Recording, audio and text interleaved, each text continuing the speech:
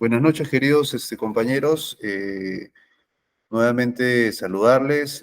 Iván Pacheco, el docente que está a cargo del tema de gestión pública, nuevamente los acompaña y una vez más felicidades por el esfuerzo, que se hayan dado un tiempo para poder compartir un poco de estos comentarios de gestión pública que bien venimos a darle a través de ITEC. Entonces, espero que estén teniendo un bonito cierre de semana y qué mejor que para pensar el fin de semana, pues, algunos temas de actualidad de gestión pública, ¿no? El día de hoy vamos a tocar dos temas importantes que tienen que ver en la línea de lo que hemos estado hablando en las clases anteriores, con los sistemas administrativos más relevantes de gestión pública peruana. Ya habíamos hablado hace unas clases del tema de modernización, de innovación. Habíamos hablado en la clase anterior de planeamiento estratégico, ¿no? La diferencia entre política y planes y que están alineados, ¿no? Están muy, muy alineados el tema de la creatividad, la innovación, la modernización, con finalmente la proyección de una realidad deseada, ¿no?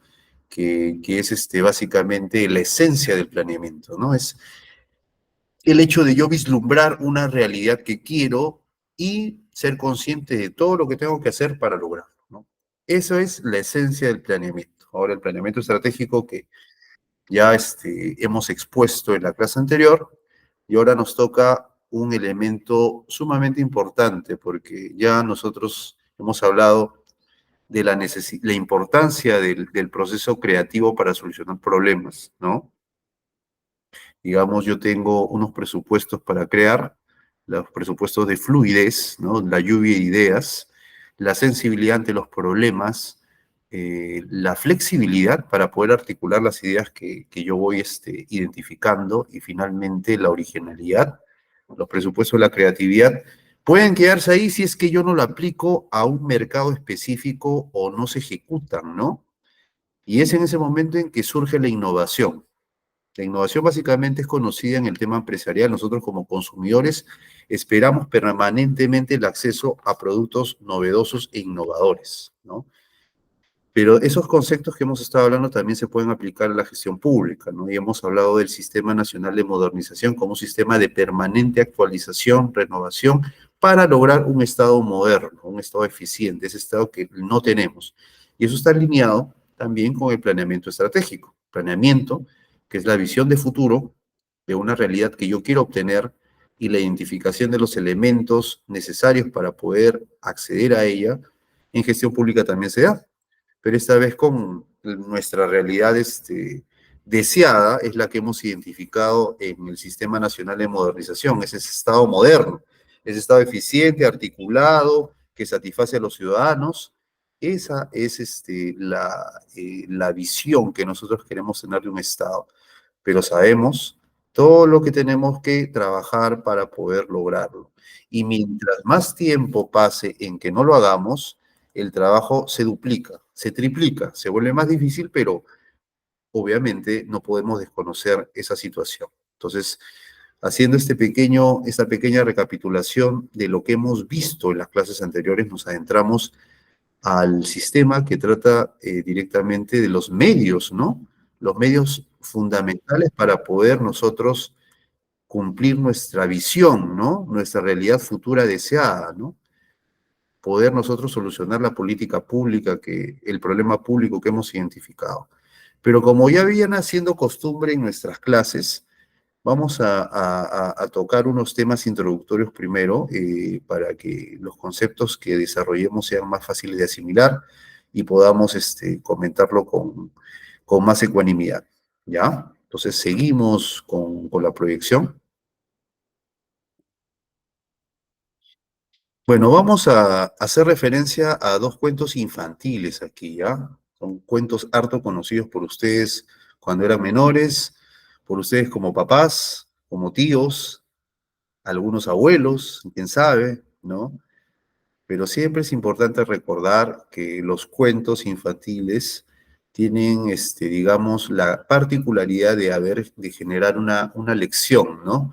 una lección que nosotros simplificamos para nuestros niños, pero justamente por eso son fácilmente eh, deducibles, ¿no? El mensaje que se nos quiere transmitir, pero sobre todo nosotros demandamos digamos, la necesidad de la gran creación que se ha tenido cuando se concibió el relato, ¿no?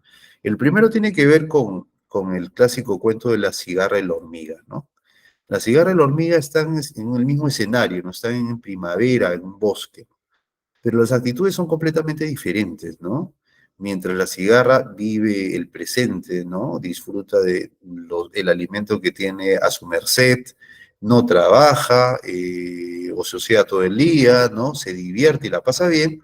La hormiga no deja de trabajar, a pesar de tener todos los alimentos disponibles, ella no los consume, sino que consume lo mínimo y se aboca a la tarea de acopiarlos permanentemente. Hasta el último momento en que es posible acopiarlos, la hormiga está trabajando, ¿no? Y uno diría, pero ¿qué pasa con la hormiga? Pues no disfruta la vida, ¿qué es eso?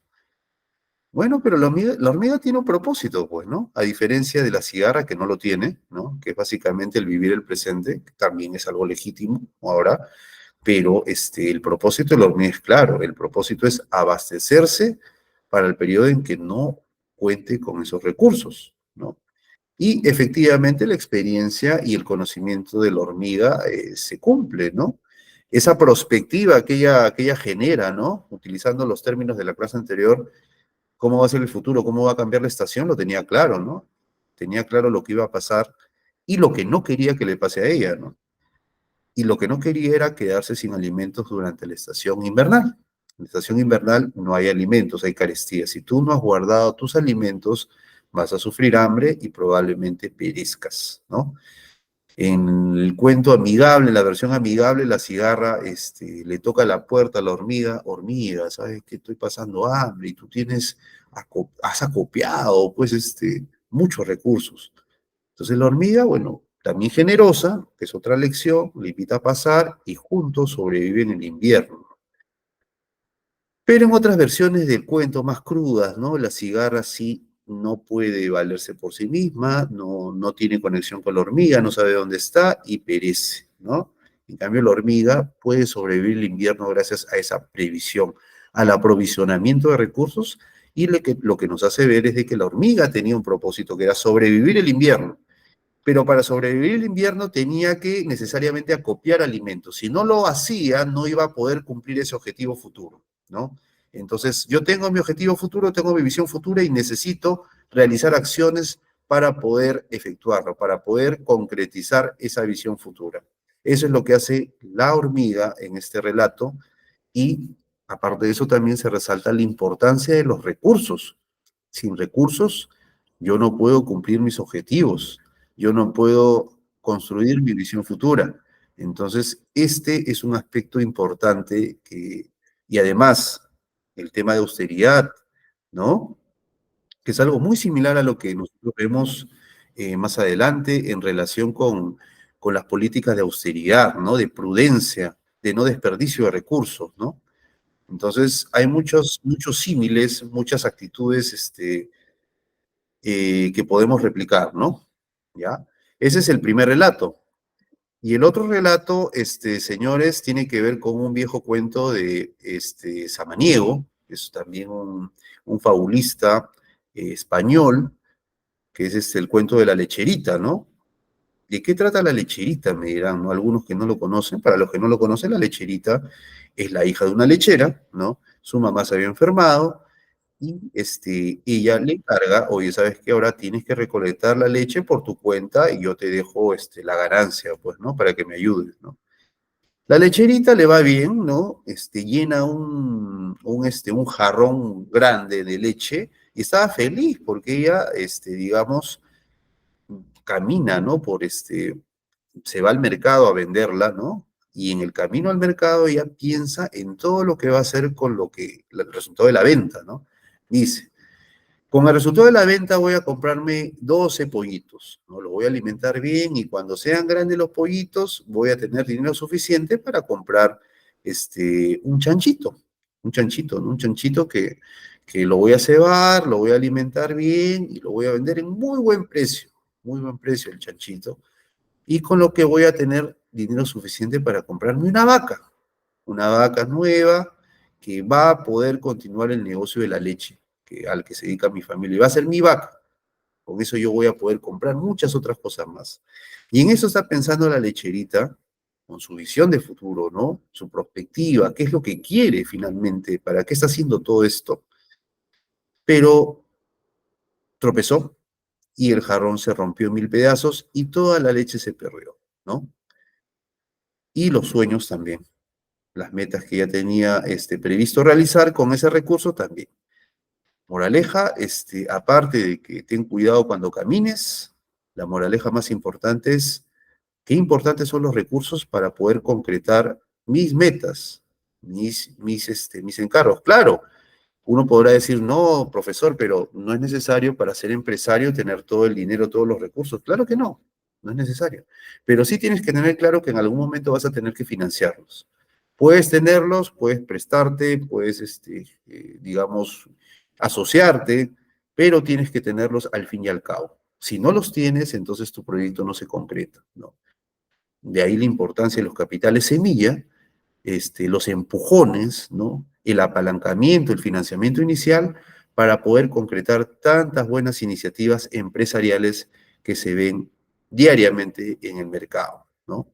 Entonces, con estos dos relatos que tienen que ver con recursos y su importancia para poder lograr la visión a futuro, nos introducimos en nuestro tema de hoy, vamos a ver acá dos sistemas públicos de la administración pública peruana. Uno es el sistema de presupuesto y el otro es el sistema de inversiones. Ya, entonces, sin más preámbulo, nos adentramos en nuestro tema. Y bueno, como ya habíamos comentado en anteriores clases, hay sistemas administrativos. Los sistemas, acuérdense, son un conjunto articulado de lineamientos, de procesos, de entidades que tienen como fin, tienen un objetivo claro, pero básicamente, y eso es lo que es transversal a todos ellos, es, digamos, la eficiencia y la eficacia en el uso de recursos públicos, ¿no? Esos sistemas administrativos han sido definidos en la Ley Orgánica del Poder Ejecutivo, la Ley 29158, y hoy día vamos a tocar dos, presupuesto e inversión pública. Pero antes que nada, hay que señalar que esos dos sistemas forman parte de otro conjunto mayor de 7 en total, que son los sistemas que conforman e integran la administración financiera del sector público. ¿Ya? Esos sistemas son el sistema de gestión de recursos humanos, el sistema de presupuesto, el sistema de inversiones, el sistema de endeudamiento, el sistema de tesorería, el sistema de contabilidad, ¿no? Y el sistema que vamos a ver acá en un momento más, y estos conforman en su integridad la administración financiera del sector público, ¿ya? Acá podemos apreciarlos, ¿ya? Cada uno, digamos, tiene su decreto legislativo de creación, son 7, acuérdense: Sistema Nacional de Presupuesto, Sistema de Inversiones, Sistema de Gestión Fiscal de Recursos Humanos, Sistema de Contabilidad, Sistema de Tesorería, Sistema de Endeudamiento y Sistema de Abastecimiento, ¿ya? Y efectivamente todos ellos tienen como meta, o sea, lo que los hace transversales es que dotan a la administración de los recursos necesarios para poder cumplir sus visiones de futuro que reposan en las políticas y planes que integran a su vez el Sistema Nacional de Planeamiento Estratégico. La clase anterior hemos hablado de esas visiones de futuro que reposan en las políticas y los planes, en esos dos grupos de instrumentos, ¿no? Esos dos grupos de instrumentos tienen los objetivos de la gestión pública.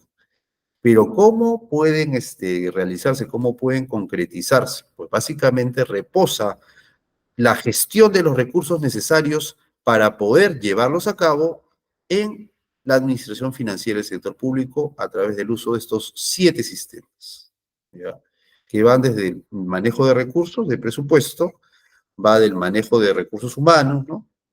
Personal de la gestión pública, ¿no? Eh, digamos, el sistema de abastecimiento que se encarga de la contratación, de la adquisición de bienes, servicios y obras, ¿no? Este, va el sistema de inversiones para el caso de bienes y servicios o, digamos, inversiones que tienen impacto en servicios públicos de carácter permanente y de gran envergadura, ¿no? Y los sistemas nacionales que tienen que ver con el pago, ¿no? El sistema de tesorería, ¿no? El sistema de endeudamiento tiene que ver con los préstamos que realiza el Estado, ¿no? Cuando hay desequilibrios fiscales o presupuestarios. Y finalmente el Sistema Nacional de Contabilidad que registra los gastos realizados por el Estado, ¿no? En sus tres niveles para tener el balance general, el estado de cuenta general de la República, ¿no? Entonces, estos 7 sistemas integran la administración financiera del sector público, ¿ya? Seguimos entonces. La administración financiera del sector público, como les he comentado, está estrechamente vinculada con la realización de los planes y políticas que contienen la visión a futuro de la gestión pública, como ya hemos comentado antes, ¿no? Estos planes que van desde los más de largo plazo, ¿no? Como la política de Estado, como el Acuerdo Nacional, la visión de Estado, ¿no? A los 2050, ¿no? En este caso en el Perú. El Plan Estratégico de Desarrollo Nacional que realiza ¿quién? A ver, un punto en el examen. ¿Quién formula el Plan Estratégico de Desarrollo Nacional? A ver, ¿quién levanta la mano? ¿Algún voluntario? Por favor, hacemos un repaso. Puede ser por el grupal también, ¿ah? El Plan Estratégico de Desarrollo Nacional lo hace el Centro Nacional de Planeamiento Estratégico, CEPLAN, que es el ente rector del sistema de planeamiento estratégico, adscrito a la presidencia del Consejo de Ministros. La política general de gobierno la hace cada presidente cuando entra en gestiones, ¿no? Por 5 años. Los planes de desarrollo concertado, sean regionales o locales, los formulan los gobiernos regionales o gobiernos locales. Los planes sectoriales multianuales los formulan los sectores del gobierno nacional. El plan estratégico institucional lo formula los pliegos presupuestarios, cada 3 años como mínimo. El plan operativo institucional lo formulan todas las entidades. Ahí sí, esto es democrático, ¿no? Unidades ejecutoras, programas, proyectos, todos tienen planes operativos institucionales, que tienen actividades y proyectos, no objetivos. Y finalmente, el marco macroeconómico multianual, que es una proyección del estado de la economía, ¿no? Durante un periodo multianual, lo formula el Ministerio de Economía y Finanzas. Con estos instrumentos de visión se relaciona la administración financiera del sector público para llevarlos a cabo. ¿Hasta aquí alguna consulta, alguna duda? Por favor, con toda confianza, pueden participar. Si no, queda entendido, queda perfectamente entendido y seguimos adelante. ¿Ya? Entonces, acá vemos en la línea de lo que hemos estado hablando, ¿qué es lo común en estos sistemas que conforman la administración financiera del Estado? Que bueno, como les he comentado, la administración financiera produce o formula productos importantísimos para que la visión de Estado, los objetivos de Estado, de gobierno se cumplan, ¿no? Obtiene los recursos, primero, ¿ya? Lo gestionan y a través de esos recursos se adquieren bienes y servicios y obras para poder llevarlos a cabo, sean bienes y servicios básicos, sea papel, sea comprar una motocicleta, un automóvil, sea construir un hospital, esa es una inversión, ya bajo el Sistema Nacional de Inversiones, un centro educativo, ¿no? Se compran bienes, servicios u obras, ¿no? Se adquieren Y esto se adquiere no directamente del Estado, sino que normalmente se adquiere de proveedores, ¿no? Terceros que colaboran con el Estado a cambio de un monto, de un pago, y este pago se formula teniendo en cuenta, digamos, sistemas como tesorería, ¿no? Tengo que hacer un procedimiento de pago, se registra la actividad en el Sistema Nacional de Contabilidad. En toda esta actividad participa personal del Estado, gestión fiscal de los recursos humanos y en algunos casos, para cautelar el equilibrio presupuestario, el Estado incurre en operaciones de endeudamiento, que no es más que operaciones de préstamo, ¿no? De préstamo de entidades internacionales, ¿no? Para cubrir un desbalance, ¿no? Presupuestario o fiscal. Así interactúan estos 7 sistemas que conforman la administración financiera del sector público, ¿ya? La articulación, digamos, siempre acuérdense que estos 7 sistemas que conforman la administración financiera del sector público tienen rectoría. Quien tiene rectoría son órganos del Ministerio de Economía y Finanzas, de todos, ¿ah? De presupuesto público, la Dirección General de Presupuesto Público. De Gestión Fiscal de Recursos Humanos, la Dirección de Gestión Fiscal de Recursos Humanos del Ministerio de Economía y Finanzas. Endeudamiento, la Dirección de Endeudamiento. Tesorería, la Dirección de Tesorería. Contabilidad, lo propio, la Dirección de Contabilidad.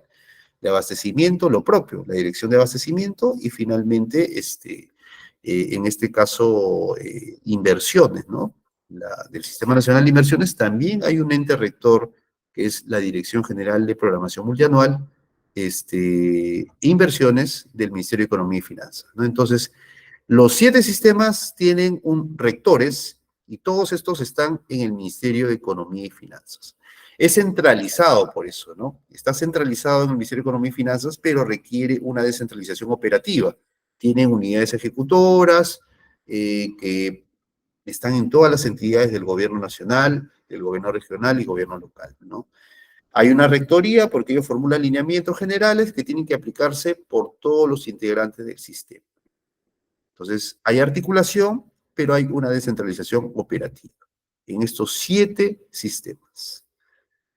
¿Ya?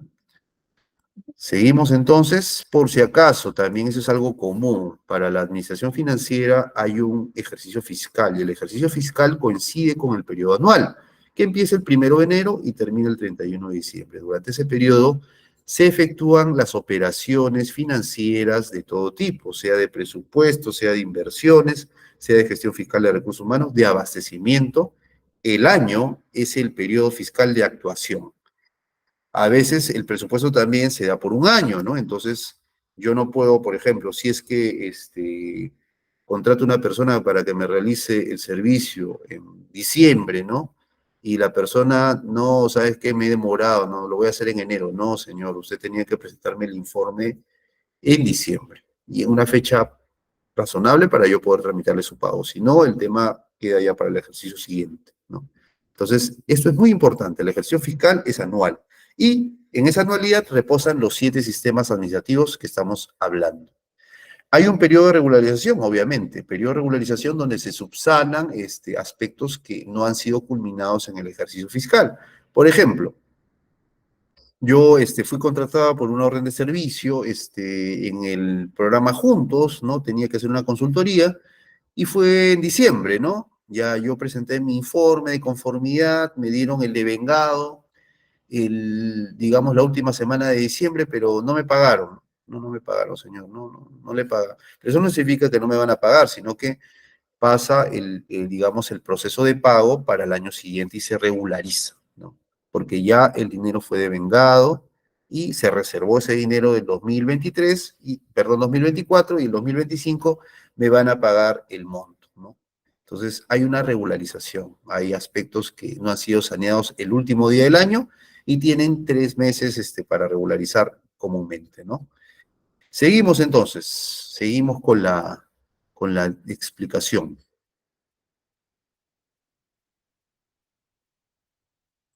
Estos 3 supuestos también gobiernan los sistemas de administración financiera, o sea, hay una programación, hay una gestión y hay una evaluación. Para los 7 sistemas existe eso. ¿Por qué hay una programación? Porque los recursos se programan un año antes, como mínimo. ¿no? Este, yo, para saber cuánto voy a gastar en el 2025, tengo que pasar por una programación. Tengo que preguntarles a las entidades cuál es su necesidad de recursos. Va a haber una operación de recopilación de información y después de eso se consolida, se aprueba y ya con ese monto definido yo ya gestiono, se me asignan los recursos, ¿no? Eso para presupuesto público, pero también para abastecimiento, ¿no? Abastecimiento yo empiezo a funcionar con los recursos que están disponibles, ¿no? Inversión es lo mismo. Y en el caso de préstamos también rige el tema de programación. Yo voy a formular una operación de endeudamiento del gobierno peruano, necesito programar qué operaciones voy a hacer el año que viene. Entonces, es un año antes, como mínimo, que se da la programación para que al año siguiente yo, con los recursos asignados, definidos, yo pueda gestionarlos. Y una vez que lo gestiono, normalmente durante un periodo anual, también paso a ser evaluado. Oye, ¿qué tan efectivo fui en la gestión de estos recursos? Ejecuté los gastos con calidad, los desperdicié, pagué y no me dieron el producto. En fin, esos son aspectos que van a saltar a la vista en la evaluación de la gestión de los recursos públicos. ¿Ya? Seguimos entonces, señores. De esa misma forma, con estos aspectos comunes, pasamos a conocer un poquito más del Sistema Nacional de Presupuesto, que es lo que nos trae a colación. Así como hemos comentado que hay una centralización, pues el Sistema Nacional de Presupuesto Público está regido por un decreto legislativo. Este decreto legislativo es el 1440, ¿ya? El 1440 lo que señala es lo que hemos comentado, de que hay un rector, que es la Dirección General de Presupuesto Público del Ministerio de Economía y Finanzas, que es el que define los lineamientos del sistema, asiste técnicamente a los integrantes del sistema y hay un nivel descentralizado, que está conformado básicamente por las entidades, ¿no? Que forman parte, que tienen pliego presupuestario, ¿no? No son todas. Por ejemplo, un ministerio tiene pliego presupuestario. Un organismo como Ocinermin tiene pliego presupuestario, ¿no? Son autónomos financieramente, ¿no? Pero hay entidades que no tienen pliego, ¿no? Por ejemplo, el programa Juntos no tiene pliego. El programa Juntos depende de la asignación que le dé el pliego que es el Ministerio de Desarrollo e Inclusión Social, ¿no? Hay proyectos temporales que tampoco tienen este pliego, ¿no? Porque son temporales, en un momento ya no van a existir, se evaporan. En cambio, los que tienen pliego tienen una vocación de permanencia, ¿no? De existir, salvo alguna salvedad, digamos, fueron creados por ley. Entonces, esas son las entidades públicas para el Sistema Nacional de Presupuesto, ¿no? Tiene su titular, que es quien la dirige, y en cada entidad hay una oficina de presupuesto. La oficina de presupuesto es la que coordina técnicamente con la Dirección General de Presupuesto Público del MEF, asiste al titular de la entidad en la gestión, en la programación y la gestión de recursos, así como también en la evaluación, ¿no? Y los programas, las unidades ejecutoras son un nivel más descentralizado, ¿no? Por ejemplo, unidad ejecutora, por ejemplo, es el programa Juntos, es el programa Pensión 65, el programa Jaliwarma, ¿no? Todas estas son unidades ejecutoras que tienen un nivel de desconcentración, pero no tienen autonomía presupuestaria, ¿no? Dependen del presupuesto que les asigne el PLI. Y finalmente también tenemos los famosos programas presupuestales. Los programas presupuestales son iniciativas, pueden ser sectoriales, pueden ser multisectoriales, que tienen un objetivo claro, ¿no? Por ejemplo, reducir la anemia, que tienen el objetivo de incrementar el rendimiento educativo de los estudiantes de zonas rurales, que tienen como objetivo la prevención de cáncer, ¿no? Entonces, tienen objetivos claros, tienen muchos integrantes, tienen objetivos y metas, y cuando yo las cumplo, digamos, se justifica la continuidad del programa, la asignación de recursos, incluso, si es eficiente el programa presupuestal, la ampliación e incremento de recursos. Digamos, se trabaja por resultado. Yo cumplo, el recurso sigue viniendo. No cumplo, el recurso se restringe a lo que cumplí, ¿no? Ese es el famoso presupuesto por resultados. No admite desperdicios. Si yo desperdicié mi dinero, eso queda registrado y por eso mismo ya no me incrementan el presupuesto en el sentido que yo esperaba, ¿no? Sino en lo que yo efectivamente he gastado, ¿no? Seguimos entonces con el tema del presupuesto público, señores, salvo que haya alguna pregunta, alguna duda, por favor, con toda confianza, ¿ya? Porque ya vamos a entrar en un tema medio pesado, ¿ah? A ver, no hay ninguna pregunta, ¿no? ¿Todo está claro? Perfecto. Entonces seguimos. Ahora vamos con la parte pesada. Principios presupuestarios. El decreto legislativo 1440, que es la norma que regula el Sistema Nacional de Presupuesto Público, tiene aproximadamente 17, si mal no recuerdo, 16 o 17 principios, ¿ya? Son los principios que informan a la forma de hacer presupuesto. Entonces, vamos a comentarlo brevemente, ¿ya? Uno por uno, ¿ya?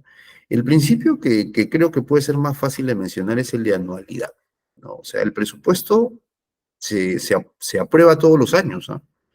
Hay un presupuesto multianual, que es, digamos, un tema que se está introduciendo, pero, digamos, no es la regla, ¿no? No todas las entidades se les aprueba un presupuesto multianual, pero a todos sí se les aprueba un presupuesto anual.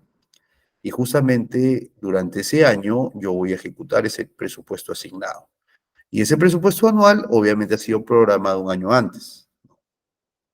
Tiene respaldo constitucional. Esa anualidad está en la Constitución. Es deber del Congreso de la República aprobar la ley de presupuesto todos los años. Entonces, el principio que quizás se le sea más fácil de recordar es el de anualidad presupuestaria. Empieza el 1 de enero, termina el 31 de diciembre con un periodo de regularización que solamente es eso, regularización. Regularizo las cosas que yo he hecho en ese espacio de tiempo, ¿ya? Ese es el primer principio de equilibrio presupuestario. El segundo principio, perdón, el de anualidad presupuestaria. El segundo principio tiene que ver con equilibrio presupuestario, ¿no? ¿Qué tiene que ver con el equilibrio presupuestario? Bueno, que tiene que haber, hay dos partes en el presupuesto, dos partes importantes. Los ingresos y los gastos, ¿ya? ¿Los ingresos de dónde provienen? Los ingresos provienen básicamente de los impuestos. El impuesto general a las ventas, que es un impuesto indirecto que todos pagamos, el impuesto selectivo al consumo, el impuesto a la renta, son impuestos nacionales que sostienen en gran parte el dinero con el cual el Estado puede realizar sus actividades. Si no se cobraran impuestos, el Estado no podría, por ejemplo, hacer grandes obras públicas, no podría hacer hospitales, no podría contratar personal. Lo hace con los impuestos de todos los peruanos, ¿ya? Entonces, los ingresos y los gastos tienen que estar equilibrados, porque yo no puedo, digamos, eh, recaudar una cantidad de impuestos y gastar el doble de lo que he recaudado, ¿no? Eso sería una situación de desequilibrio presupuestario, ¿no? Yo no puedo tener esa realidad. Es la suma de los ingresos y gastos me da el balance fiscal, ¿no? Tendrían que ser iguales, tendrían que ser equilibrados, o a lo mucho no pasarse de un límite razonable, incluso regulado.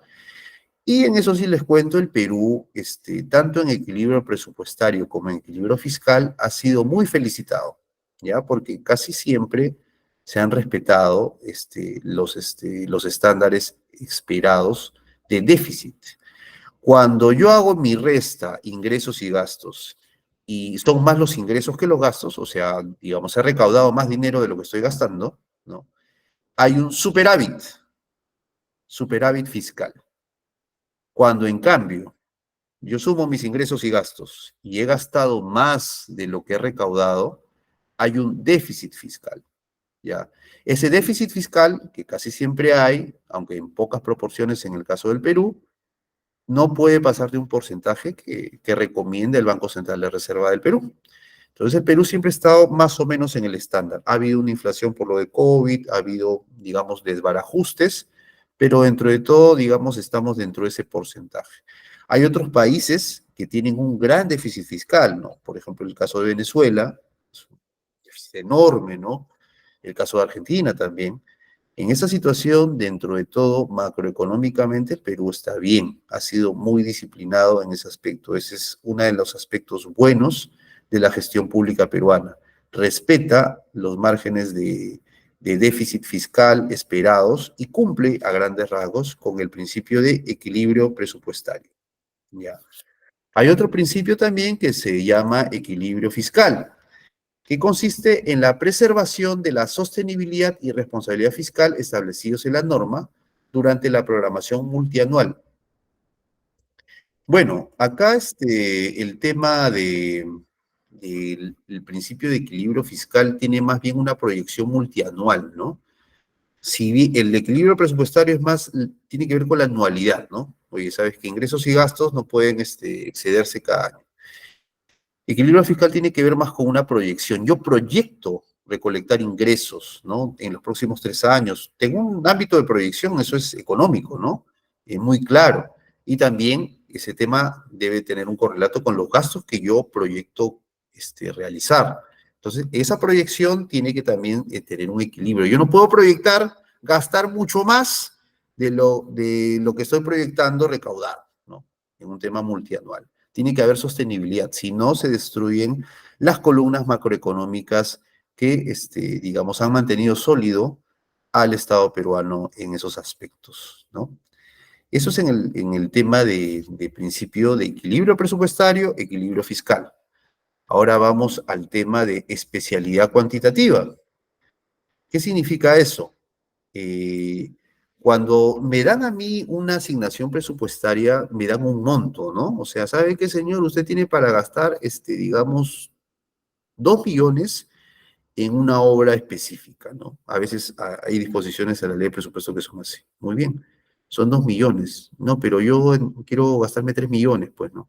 No, señor, usted se tiene que restringir al presupuesto asignado. Si no, tiene que cambiar el presupuesto, ¿no? Tiene que utilizar los mecanismos de cambio que ya vamos a verlos. Pero mi presupuesto específico es esta cantidad. Se llama asignación o especificidad, especialidad cuantitativa. ¿Ya?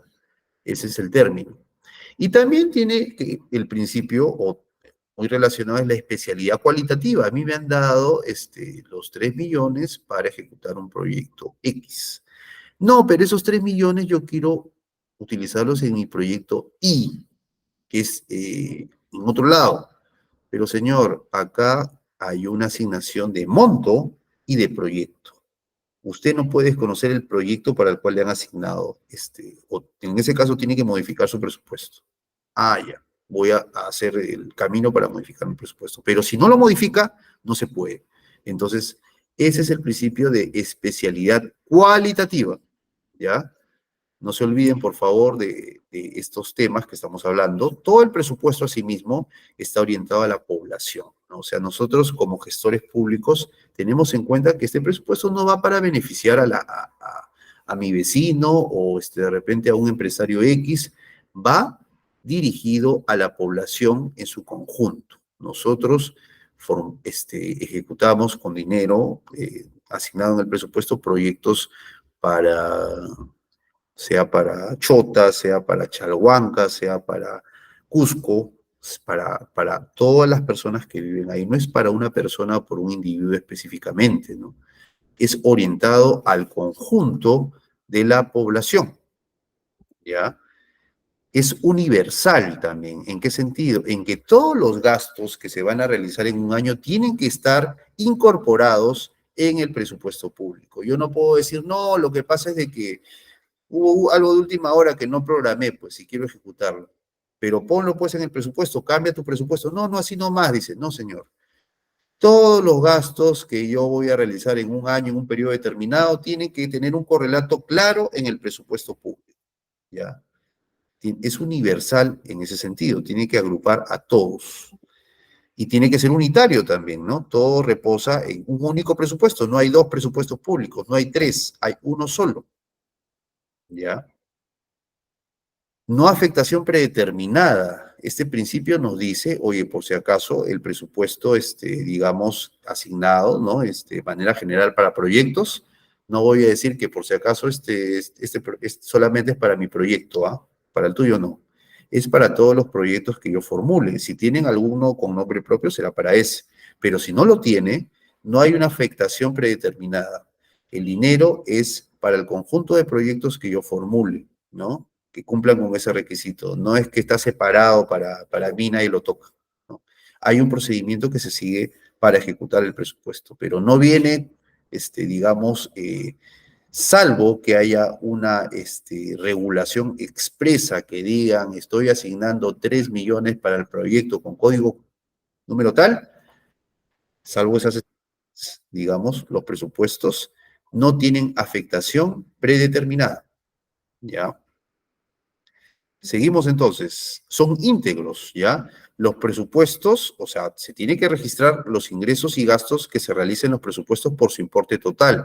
Yo no registro por, digamos, solamente el 50%, voy a pagar el 50% este año, el año que viene voy a pagar el otro 50%. No, yo voy a ejecutar un proyecto, tengo que poner el monto total del proyecto y lo que voy a pagar este año, digamos, de una manera íntegra, ¿no? No es parcial. Entonces tiene que cumplir con el principio de integridad. Programación multianual, ¿no? Digamos, hay una vocación de que el presupuesto logre resultados a favor de la población en el marco de los instrumentos de planeamiento estratégico. Y los instrumentos de planeamiento estratégico son multianuales, ¿no? En su mayoría. Entonces, por eso, por ejemplo, para yo garantizar el cumplimiento de una gran inversión, un hospital que va a durar muchos años, necesito que reservar los recursos para poder ejecutar el hospital durante los 5 años que se tienen que ejecutar. Entonces, también existe el principio de programación multianual para ese tipo de casos, ¿no? Básicamente de inversiones y que tengan un correlato con un objetivo que yo quiera lograr en mi programa, en mi planificación estratégica multianual, ¿ya? Otro principio tiene que ver con, digamos, la especificidad, ¿no? El presupuesto y sus modificaciones deben contener información suficiente y adecuada para efectuar la evaluación de la gestión de sus logros. O sea, tiene que tener toda la evidencia necesaria para yo poder evaluarlo posteriormente. Hay también el principio de transparencia, ¿no?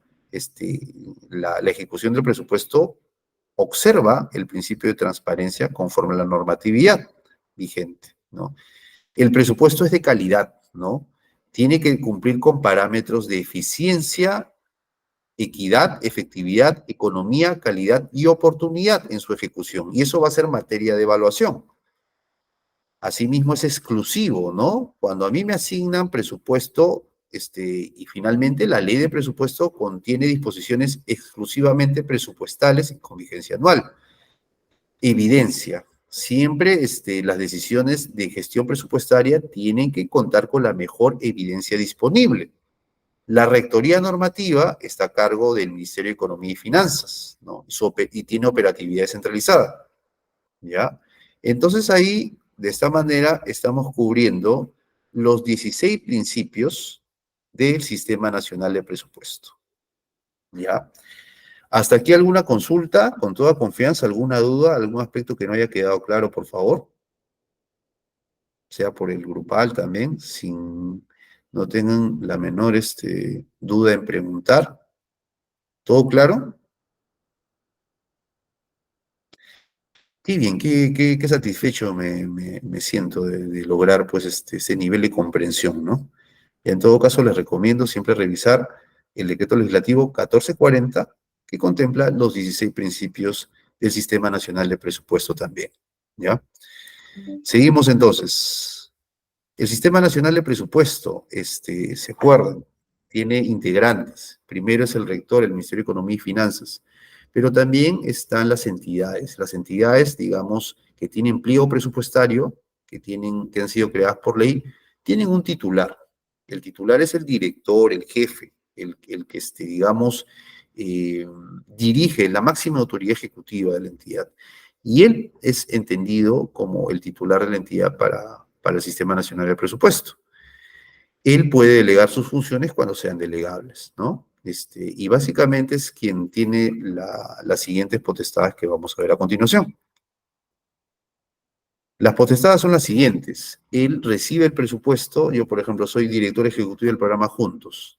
Recibo mi presupuesto, más o menos serán pues 50 millones para el programa Juntos. Muy bien, vamos a gestionarlos. ¿Qué se entiende por gestionarlos? Pues bueno, con este presupuesto voy a este, invertir en proyectos, voy a adquirir bienes, contratar servicios, voy a contratar personal, y vamos a cumplir mis objetivos de mi plan estratégico institucional alineado a mis otros herramientas de planeamiento estratégico y mi plan operativo anual, ¿no? Que me dice en qué tengo que gastar. Para eso voy a tener que hacer uso del Sistema Nacional de Abastecimiento, ¿no? Y en ese marco voy a ejecutar y gestionar el presupuesto que me han asignado. Y solamente tengo un año, básicamente. Salvo que sea programación multianual, durante ese año voy a gestionar los recursos asignados anualmente en la ley de presupuesto. ¿Ya? Pero no gestiono de cualquier manera. Yo tengo que lograr los objetivos que están ya identificados no necesariamente en la ley de presupuesto, sino también en mis instrumentos de planeamiento estratégico. Si hay programas presupuestales, son del programa presupuestal, y por eso conduzco la gestión presupuestaria hacia el logro de metas de productos priorizados. Y también yo, ojo, yo soy el titular de la entidad, yo determino las prioridades de gasto, porque yo también he aprobado mi plan operativo estratégico institucional, que tengo mis objetivos. Entonces, como yo estoy planteando los objetivos, yo también priorizo los gastos. ¿Sabe qué? En esta gestión mía, que yo entiendo que va a durar 3 años, quiero priorizar la construcción de la sede institucional del programa Juntos. ¿No? Yo he invertido, hemos adquirido un terreno, hemos hecho un proyecto de inversión, lo vamos a ejecutar.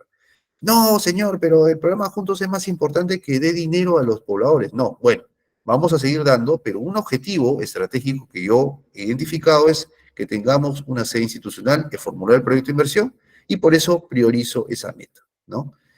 Puede ser cuestionable, políticamente cuestionable, pero es la potestad del titular de la entidad de poder priorizar gastos, ¿no? Sujeto a su plan estratégico institucional. O sea, no lo hace porque quiere, sino porque en su instrumento de planificación estratégica está contemplado ese objetivo, ¿ya? Seguimos entonces con el tema este apasionante tema de presupuesto público. Todas las entidades, incluso las unidades ejecutoras, tienen oficinas de presupuesto normalmente, que son quienes asisten al titular de la entidad en la gestión presupuestaria, ¿no?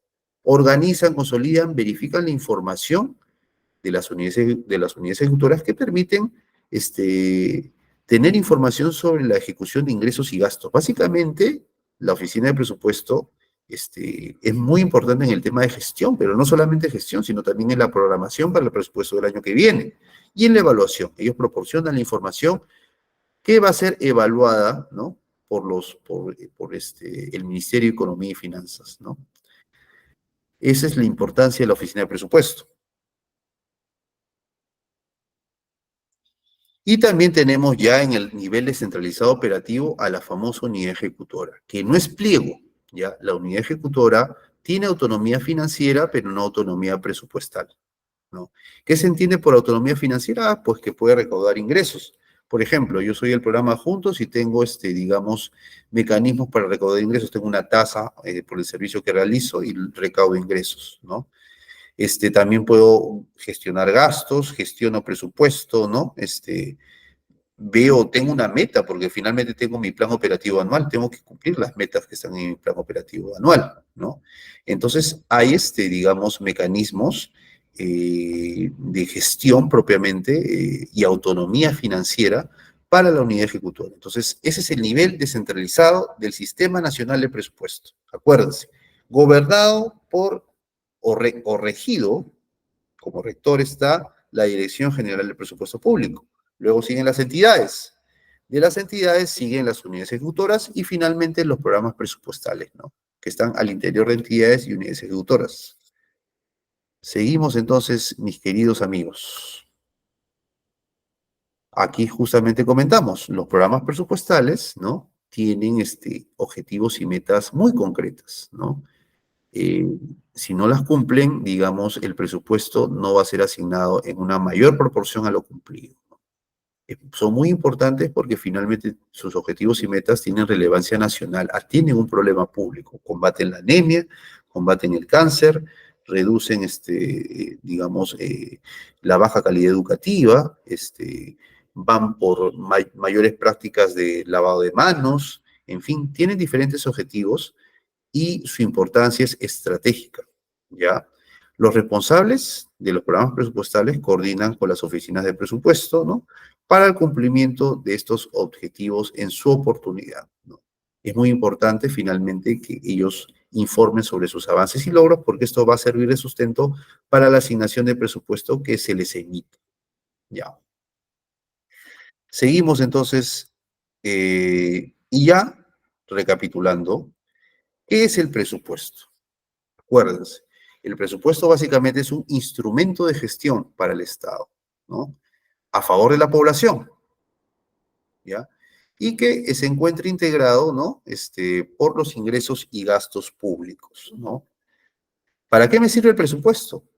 Para conseguir mi visión futura, para lograr mis objetivos y metas de gobierno. Sin el presupuesto yo no puedo lograr mis objetivos y metas porque no tengo recursos. Pero este presupuesto no puede ser ejecutado de cualquier forma, tiene que ser ejecutado con eficacia y eficiencia, es decir, con calidad, ¿ya? Con calidad yo logro mis objetivos y metas, ¿ya? Es cuantificado, ¿no? Está, digamos, calculado de una manera muy precisa para yo poder gastarlo. Refleja, como se comenta en la diapositiva, los ingresos que financian los gastos anualmente previstos, ¿no? Comprenden los objetivos y metas a alcanzar en el año fiscal. Tienen objetivos anuales. ¿Ya?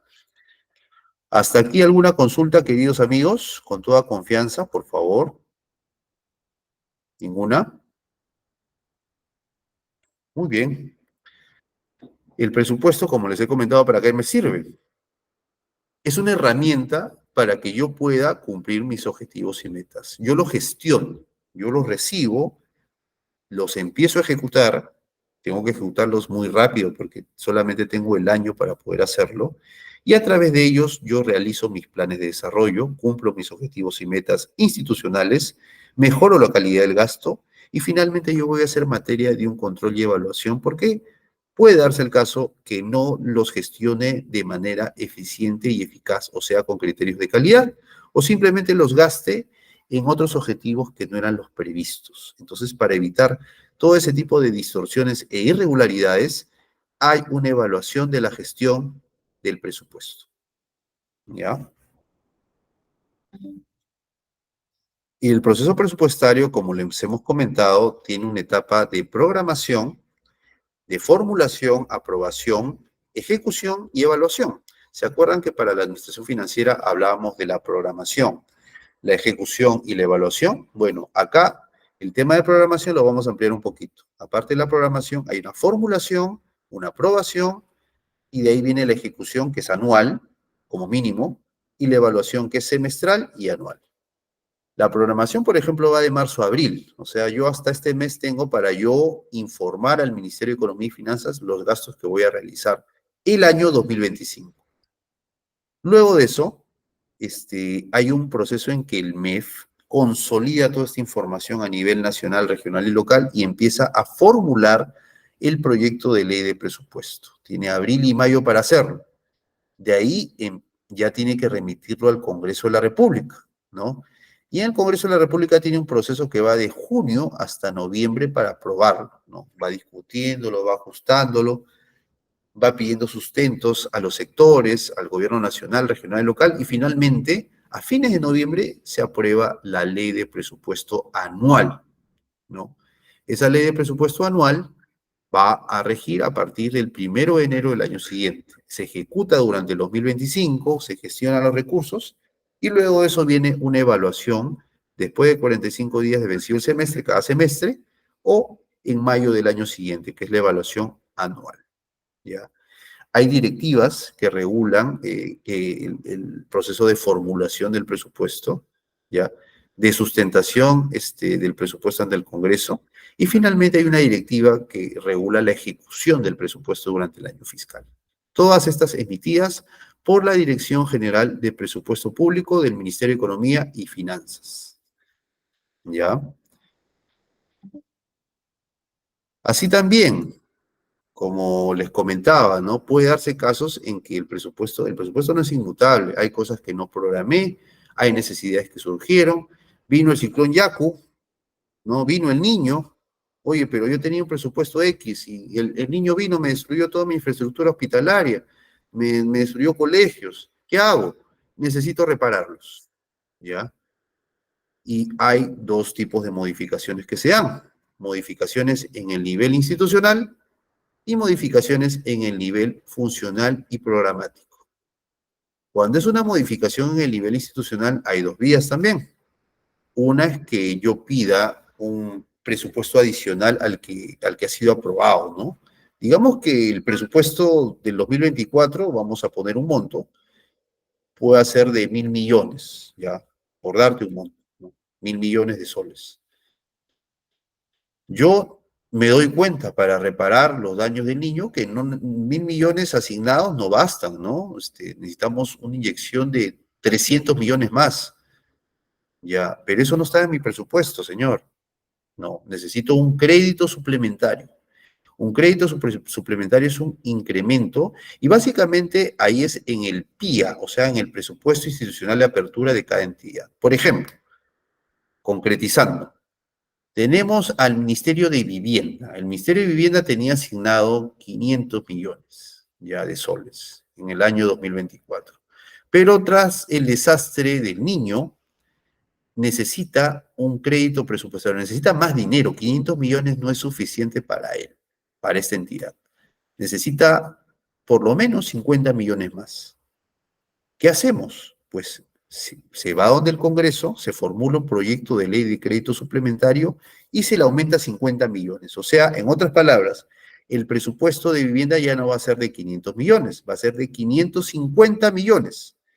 Pero no porque otra entidad se los ha prestado o les ha pasado, sino porque el presupuesto se ha incrementado en 50 millones. Y el presupuesto general ya no va a ser de 1.000 millones, sino va a ser de 1.050 millones por este adicional que ha ido a parar al Ministerio de Vivienda, pero que ha involucrado un incremento en todo el presupuesto, ¿no? Otra modalidad es la transferencia de partidas. Y la transferencia de partidas, ¿qué consiste? En que yo ya aprobé mi presupuesto, yo tengo 1.000 millones, pero resulta que el Ministerio de Salud le cayó el dengue. El dengue está, digamos, sumamente mortífero, la gente está falleciendo y no se tenía previsto ese incremento en el nivel de la pandemia. Entonces el Ministerio de Salud le dice al MEF, señores, ¿sabes qué? Yo necesito más recursos para combatir el dengue. Ustedes no tienen en su reserva de contingencia, la reserva de contingencia, digamos, es una cantidad de dinero que ya está aprobada en el presupuesto y que el Ministerio de Economía y Finanzas la guarda para aspectos no previstos, ¿no? Entonces ellos analizan si es que el pedido cumple con los requisitos que requiere la norma para la aprobación de la reserva de contingencia. Una vez admitidos estos, dice, ¿sabes qué? Te voy a pasar una transferencia de partidas del dinero que me necesitas, vamos a ponerle 50 millones, necesitas 50 millones que salen de mi reserva de contingencia y se van al Ministerio de Salud. En este caso no hay un incremento del presupuesto, porque el presupuesto total que tiene aprobada el sector público es de 1.000 millones. No hay, esos 50 millones no son adicionales, sino que dentro de los 1.000 millones ya en la reserva de contingencia había una cantidad y simplemente sale de reserva de contingencia del Ministerio de Economía y Finanzas y va al Ministerio de Salud, de esos 50 millones. Entonces, hay un incremento en el presupuesto del MINSA, pero no hay un incremento en el presupuesto del sector público. Ya, esa es una transferencia de partidas que se aprueba en esos casos con un decreto supremo. Esas son modificaciones en el nivel institucional, pero hay modificaciones también en el nivel funcional programático. ¿Qué significa eso? Que yo, por ejemplo, soy titular del programa Juntos, ¿no? Y tengo presupuesto para contratar CAS, locadores de servicios, para contratar equipamiento, en fin, tengo mi presupuesto asignado y me doy cuenta que ya no voy a contratar CAS, ¿no? Ya, digamos, hubo un reajuste y el personal no lo voy a contratar. Necesito contratar, en vez de CAS, equipamiento o de repente vehículos, ¿no? O necesito priorizar el gasto en otra cosa. Si es que la norma no establece una restricción para ese movimiento, ¿no? Porque hay partidas restringidas que no pueden ser modificadas, yo puedo hacer una modificación en lo funcional programático que involucra que el CAS se va a reducir. El CAS es una partida restringida, por ejemplo. Se admite el cambio en algunos supuestos. Pero vamos a imaginar acá que sí se puede. Reduzco mi CAS, lo anulo, ¿no? El presupuesto que yo tengo asignado para CAS y lo habilito en la partida de adquisición de vehículos, ¿no? De esta manera, yo sin pedir dinero al Ministerio de Economía y Finanzas, con mi propio presupuesto, yo anulo una parte, una necesidad ya deja de ser requerida, no va a ser atendida, y habilito otra, ¿no? Entonces se llama una modificación interna. Se efectúan dentro del marco del presupuesto institucional de apertura vigente, ¿no? Y se aprueban simplemente con una resolución del titular de la entidad. Muy bien, a ver, vamos a ver cómo vamos. Y acá ya viene el tema de ejecución de presupuesto, ¿no? Por ejemplo, cuando yo tengo presupuesto asignado, yo, por ejemplo, he previsto presupuesto, por ejemplo, para adquirir un vehículo, ¿no? Vamos a hacer el proceso de adquisición. Entonces, yo le pido a mi oficina de presupuestos, ¿sabe qué? Quiero que me certifiques, ¿ya? ¿Cuánto tengo de dinero para comprar el vehículo? Bueno, para comprar tu flota tienes aproximadamente 1 millón de soles. Ah, ya, muy bien. Entonces, certificas, por favor, te certifico. Y el certifico es básicamente informarle que hay presupuesto para lo que yo quiero realizar después, ¿no? Es el primer paso. Con esa certificación, yo activo mi sistema de abastecimiento, ¿no? Yo con eso incluyo en el plan anual la necesidad, programo los actos preparatorios, puedo realizar un proceso de selección, ¿no? Para ver quién me puede abastecer, qué proveedor me puede abastecer con la flotilla de autos. Hago mi buena pro, ¿no? Adjudico y cuando firmo contrato, hago una operación diferente. O sea, ya no estoy certificando. Ahora sí ya estoy definiendo de que de esos 1.000 millones, pues he visto las ofertas y todo, y el contrato me dice que ya no me va a costar 1.000 millones, me va a costar 800.000 soles. Ah, muy bien, hay un ahorro de 200.000 soles, muy bien. Entonces, ese dinero que está certificado, ¿no? De una manera general, va a ser separado, pero, digamos, solamente separado por 800.000 soles cuando yo firmo el contrato. Ese es el documento de compromiso. Con cargo al crédito presupuestario, yo separo 800.000 soles. No me pueden tocar esos 800.000 soles. Ya. Pero todavía no entra en ejecución propiamente para pagarse. Luego de eso, me entregan los vehículos, ¿no? Entonces, y ahí ya esos 800.000 soles ya pasan a tener un cartel que dicen, estos 800.000 soles ya no están solamente separados, sino que ahora corren a cuenta del proveedor de la flotilla de autos, ¿no? Ya tienen nombre propio, ya es su plata prácticamente y se inicia el proceso de pago, ¿no? Entonces, con el devengado, con el informe de conformidad, yo empiezo ya la operación de pago, ¿no? Ya el dinero ya tiene nombre propio y finalmente se me paga, ¿no? Que es el último paso en el cual yo presento mi recibo, mis documentos habilitantes para que me paguen y al proveedor le paga, ¿no? Ese es el ciclo regular de ejecución de presupuesto. ¿Y por qué le digo que está comprometido? Porque puede darse el caso de que el proveedor no me cumpla, ¿no? O sea, yo firmé contrato, pero no sucede que no me presentó ningún auto, incumplió totalmente.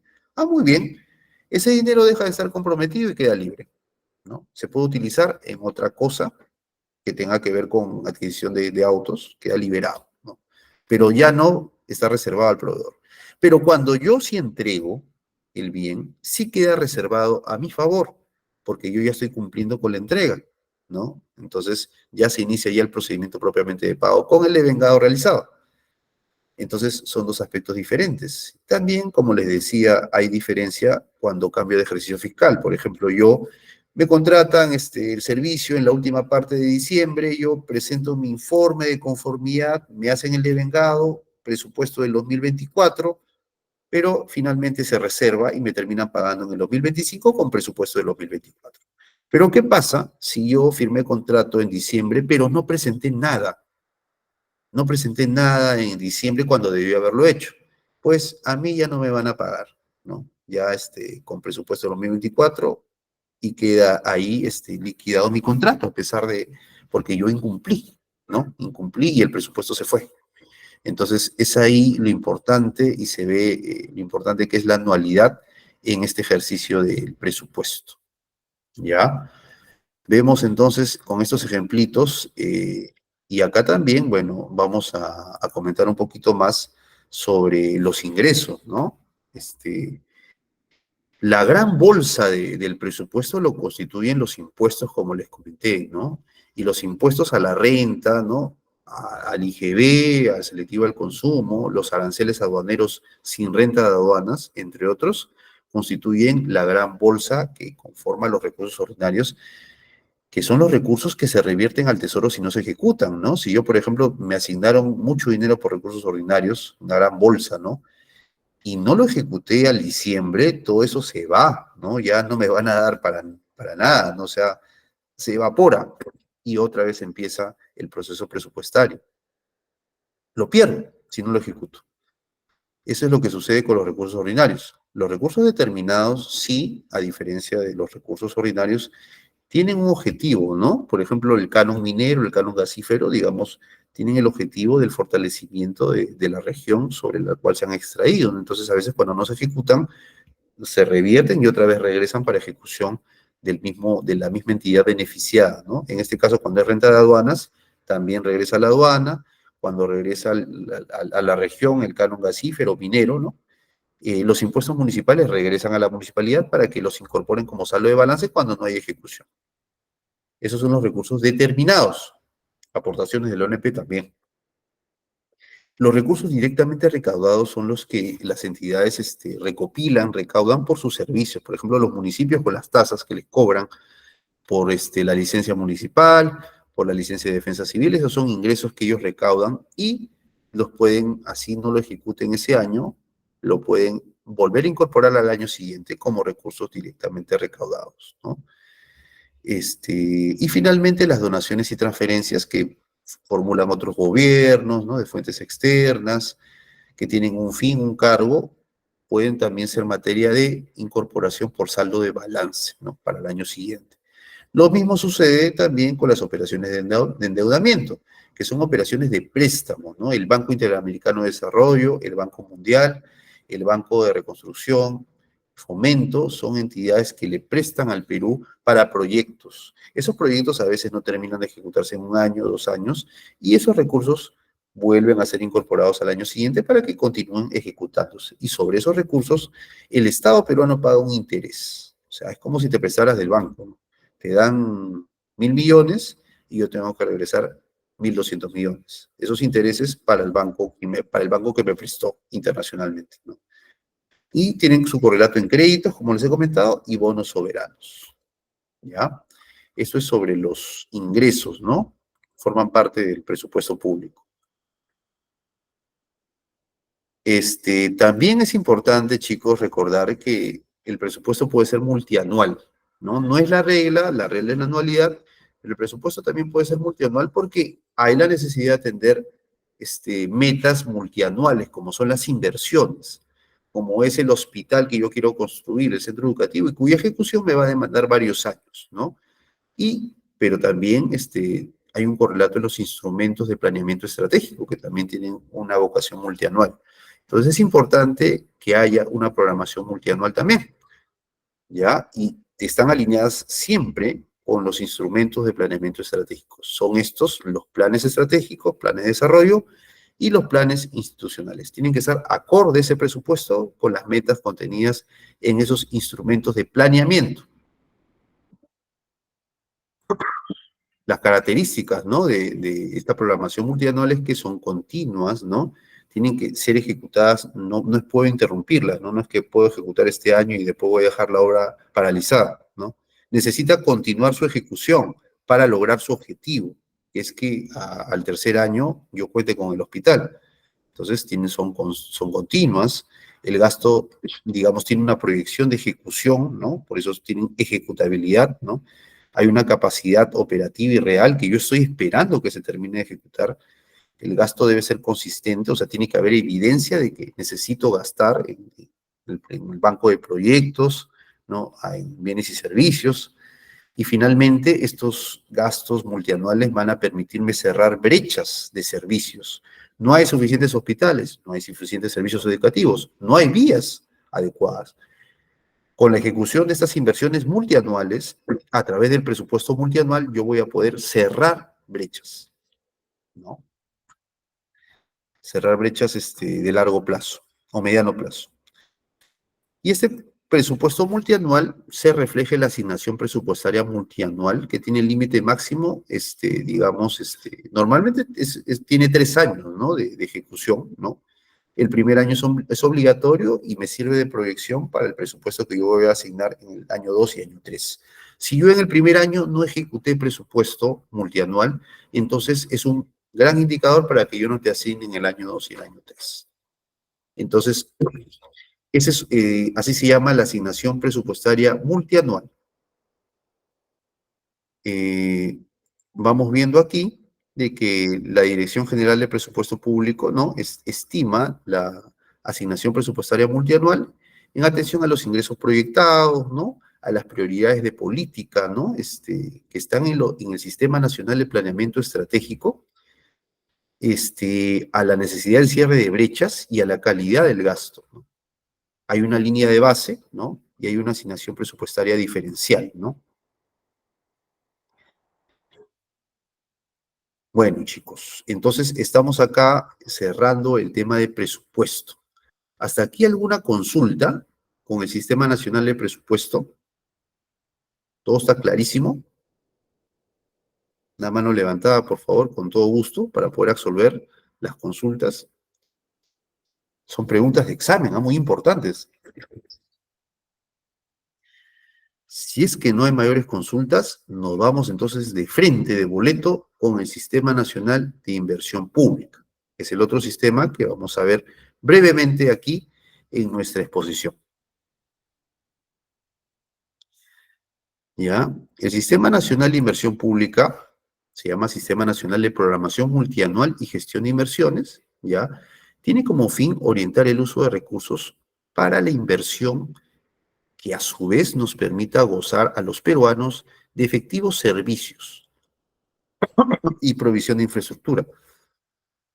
No necesariamente son obras, ¿ah? Normalmente uno asocia por inversiones a un gran hospital, un gran centro educativo, pero también en este sistema están, digamos, el desarrollo de capacidades, la mejora de productividad. Son proyectos esos importantes que requieren mucha inyección de dinero. Y las inversiones, ojo, es la solución a un problema público de gran envergadura. ¿Cómo se formula una inversión pública? ¿Alguno sabe? ¿Alguno que lo pueda compartir?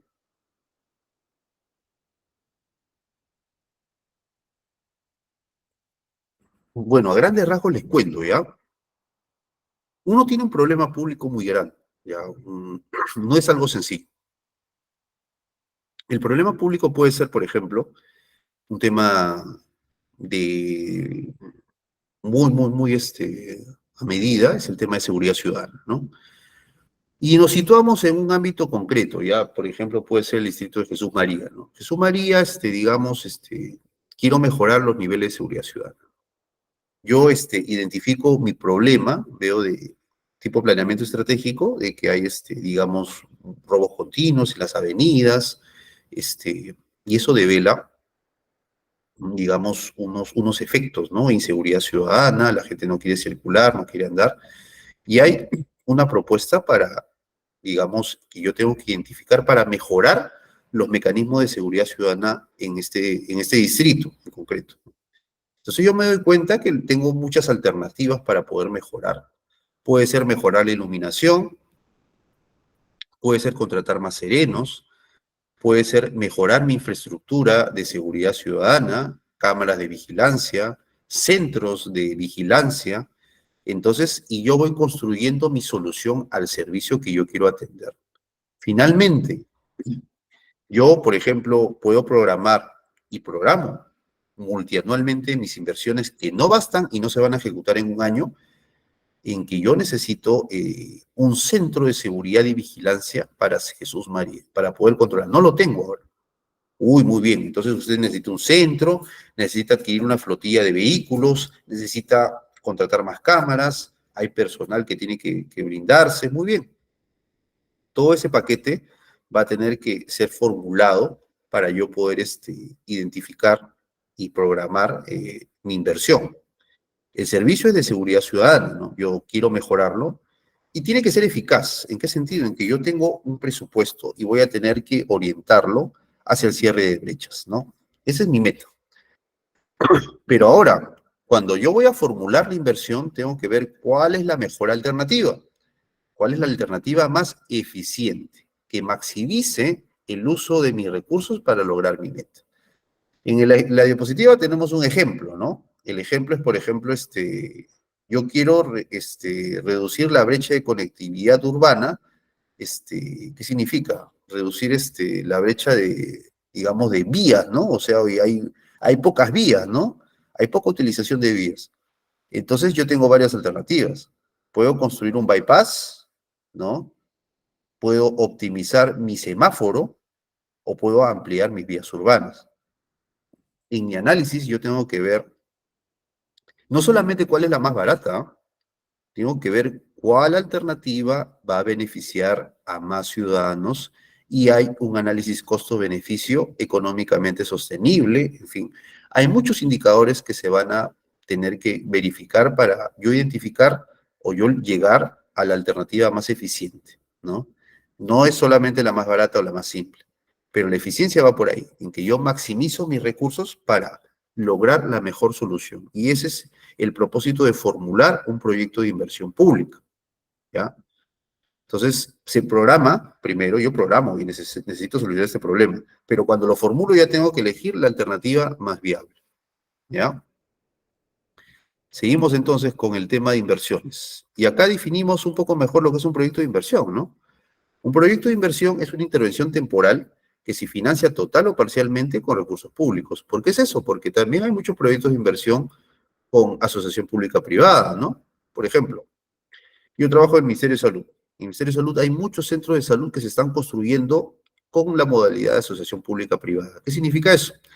Que viene una empresa, ¿no? Y construye el centro de salud con sus recursos, ¿no? Nosotros hacemos o se hace el proyecto de inversión, ¿no? O se le hace el seguimiento. ¿Y cuál es la retribución? Bueno, la retribución es que esta empresa va a pagar menos impuestos. De todo lo que vaya invirtiendo, ellos van a tener como unos créditos que le van a servir para pagar menos impuestos en el momento de la declaración anual. Es obras por impuestos, en un caso. Es una alternativa, ¿no? De mecanismo de actividad financiera parcialmente con recursos públicos. Pero también hay un mecanismo de asociación pública-privada que se ve en el Hospital Niño San Borja. En el Hospital Niño San Borja hay una inversión privada, ¿no? Hay también una administración de los recursos del hospital por parte de la empresa privada, pero también una inversión pública. Entonces, hay una intervención temporal que se da, está funcionando, y que involucra un movimiento de capital físico, humano, intelectual y natural. ¿Y cuál es su propósito? Su propósito es crear, ampliar, mejorar, recuperar la capacidad de producción de bienes y servicios. ¿Ya? Y yo le estoy dando solución ahí a un problema público en este proyecto de inversión. Pero no todos son proyectos de inversión. Hay intervenciones que también están bajo el ámbito de este sistema, que son las famosas IOR. Las IOR son intervenciones puntuales en un aspecto que requiere una mejora, ¿ya? Por ejemplo, yo en un hospital, digamos, un hospital, ¿no? Que es una inversión grande, en la parte donde hacen los exámenes de mamografía, tengo que mi mamógrafo no funciona bien, se malogra, ¿no? Y no está rindiendo como debe, ¿no? Ya, yo necesito repararlo. Esa reparación o rehabilitación no es un proyecto de inversión, es una rehabilitación ya de una unidad que está funcionando. Hay ciertos parámetros también, ¿no? En este caso, si está funcionando, se cumple con el parámetro y puede ser una intervención, una IOR, ¿ya? Algo también, otro ejemplo, ¿no? Tengo un mirador turístico, ¿no? Forma parte de un complejo de visitas turístico construido por el municipio, pero hay una parte de la baranda que está semiderruida y la gente no se puede asomar por riesgo. Pero digamos que es un mirador grande y una parte pequeña está así.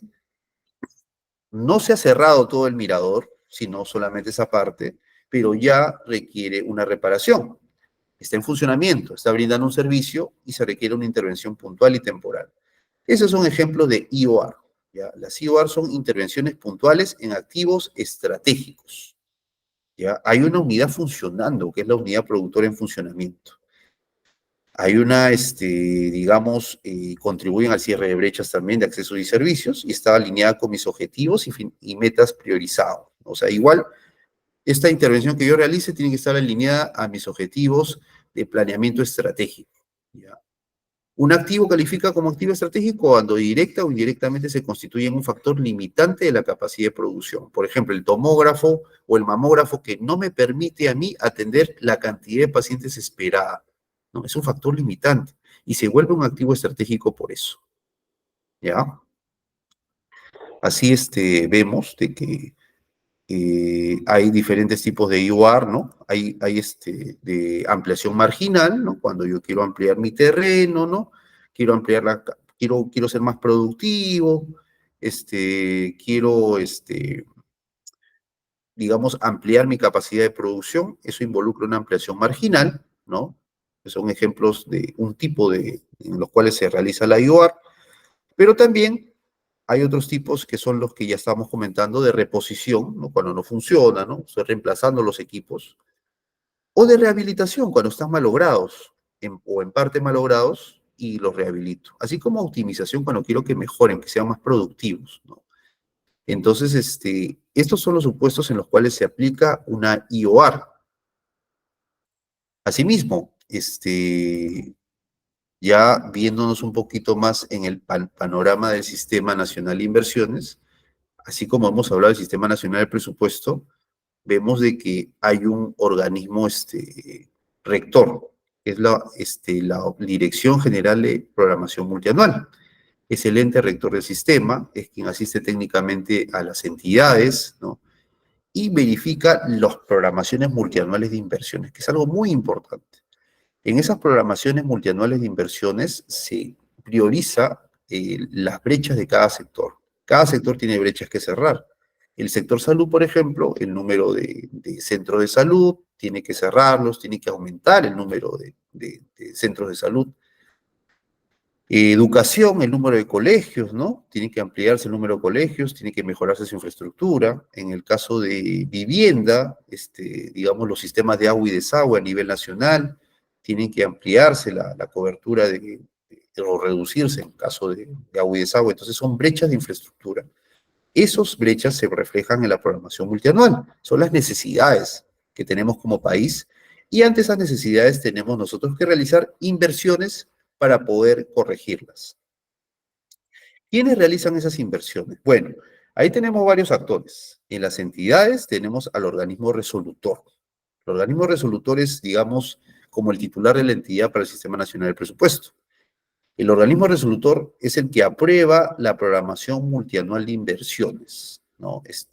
Digamos, ellos son los que justamente priorizan las brechas, aprueban las brechas que hay que cerrarse, ¿no? Y justamente autorizan también la elaboración de las explicaciones técnicas para los proyectos de inversión.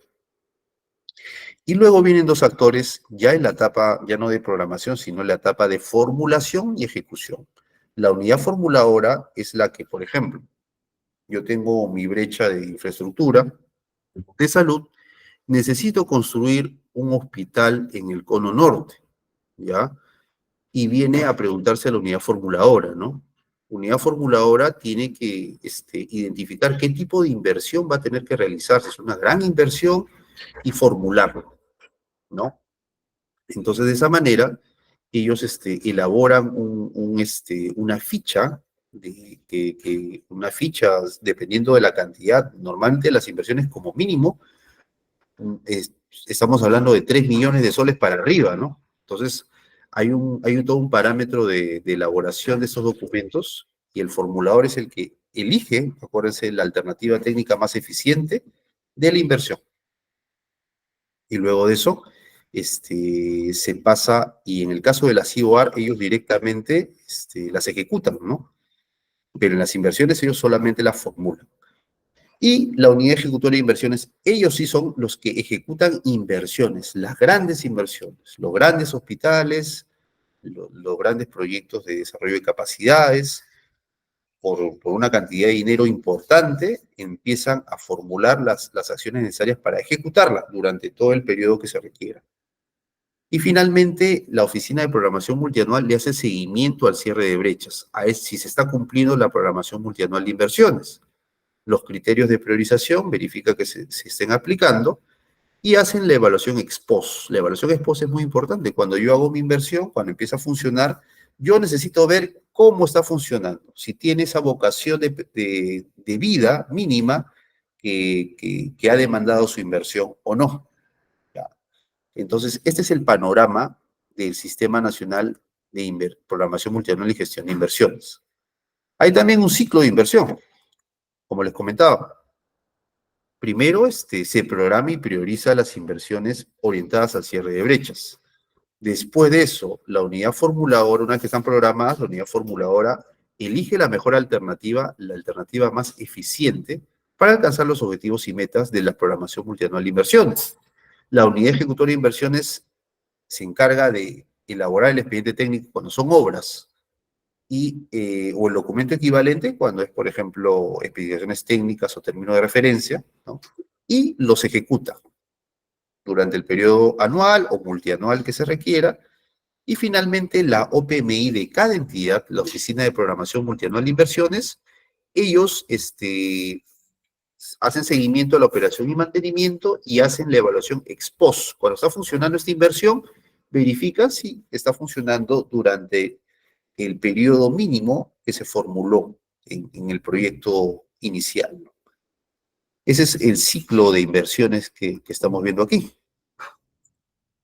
Y el ciclo de inversión tiene un objetivo, ¿no? Es lograr la vinculación entre la inversión pública, el planeamiento estratégico y el proceso presupuestario, ¿no? Yo tengo necesidad de cierre de brechas. ¿Por qué? Porque he identificado en mi planeamiento estratégico que necesito una visión diferente, un futuro esperado. Pero para eso yo tengo que seleccionar cuál es el área más crítica. Ahí utilizo la programación de inversiones. Y para ejecutarlas y cerrarlas necesito el presupuesto. Ahí se conjugan esos tres sistemas, ¿no? La programación multianual, de esa manera, me permite a mí identificar, priorizar y ejecutar las inversiones públicas en el país. Y se articula con otros sistemas administrativos como el planeamiento estratégico, el presupuesto público y los otros sistemas de abastecimiento y tesoro cuando voy a pagar. Y mejora la ejecución de inversiones.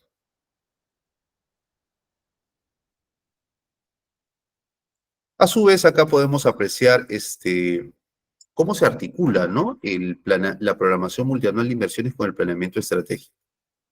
Acá podemos ver de que yo tengo mi plan estratégico institucional, ¿no?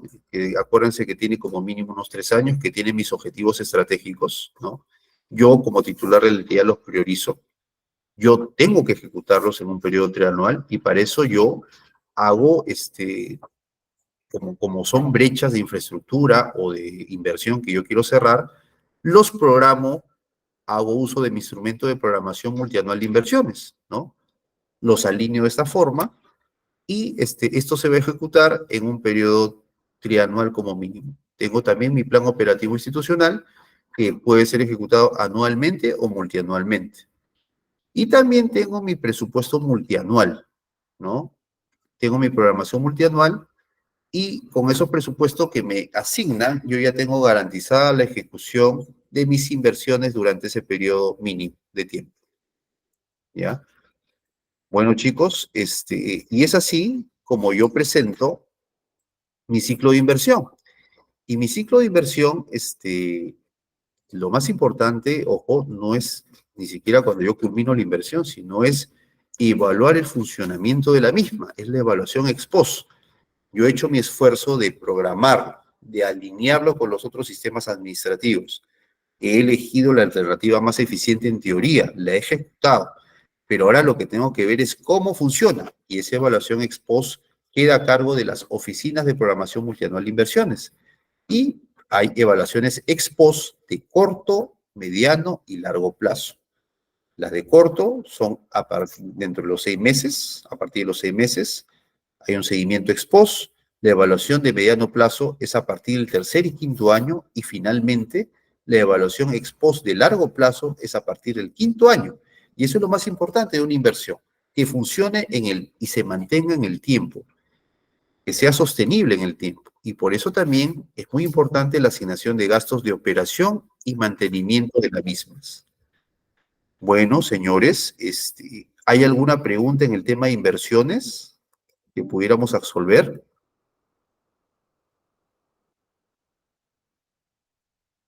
Si no hay ninguna pregunta, bueno, no se preocupe, o sea, siempre por el WhatsApp, por el chat, ¿no? Nos hacen llegar sus consultas, que con todo gusto nosotros las absolvemos, ¿ya? Y comentarles, pues, de que, si es que siempre estos sistemas están alineados, ¿ya? Entonces, y es por eso que la razón de ser ha sido empezar con modernización, seguir con planeamiento, nos vamos con presupuesto, vamos con inversiones, y ya la próxima clase vamos a dar una mirada en esta gestión de recursos, cómo se ejecutan efectivamente las bienes y servicios y obras, ¿no? Eso es a través del Sistema Nacional de Abastecimiento, ¿ya? Entonces, por mi parte, yo estoy concluyendo. Muchas gracias y quedo atento a cualquier consulta que ustedes puedan formular sobre este tema. Gracias.